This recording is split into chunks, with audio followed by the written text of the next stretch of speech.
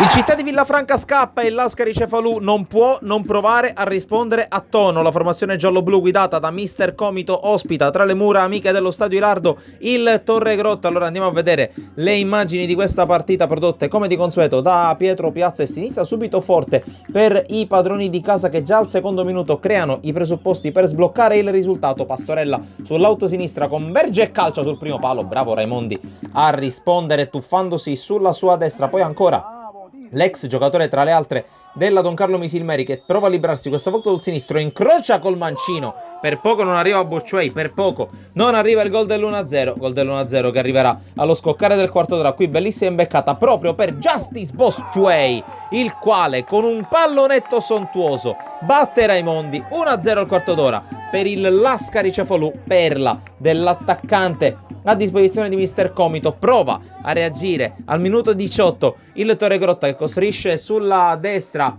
l'azione manovrata che porta poi al limite dell'area di rigore. La sponda alla ricerca di Cannistra che di testa non riesce a indirizzare verso la porta difesa da Mammano, ma occhio qui al gioiello di Ivan Tarantino, arcobaleno di mancina, palla che scavalca la barriera, passa sotto l'incrocio dei pali e 2-0 per il Lascari Cefalù. Minuto 21, l'immortale difensore palermitano trova il raddoppio per la sua squadra e fa impazzire di gioia i presenti allo Stadio Ilardo. Poi però passa appena un minuto e arriva il gol che accorcia le distanze con Bonasera per il Torregrotta, che dunque a metà primo tempo torna improvvisamente in partita e lo fa con una bella giocata sempre sulla destra.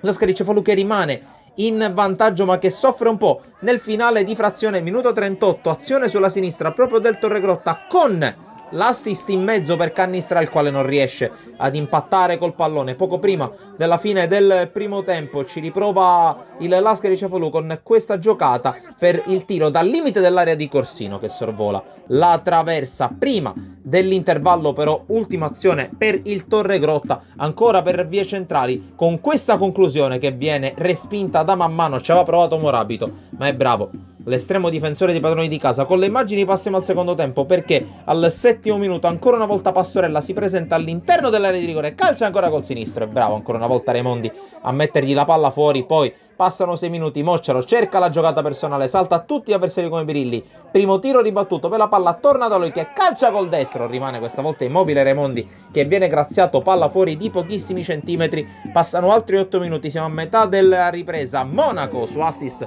straordinario di Mocciaro che si accende nella ripresa, ma Monaco non trova la porta, non riesce a reagire, non riesce a farsi vedere in avanti il Torregrotta. Allora ancora Danny Mocciaro e ancora Raimondi a negare il 3-1, ma occhio all'ultima azione della partita con questo calcio d'angolo, minuto 96, Mammano straordinario con la respinta di istinto e dopo ben 12 minuti di recupero arriva il triplice fischio del direttore di gara. Vittoria pesantissima per il Lascari Cefalù che resta in scia alla capolista Città di Villafranca, vince 2-1 col Torregrotta. Da Sportisile è tutto, alla prossima!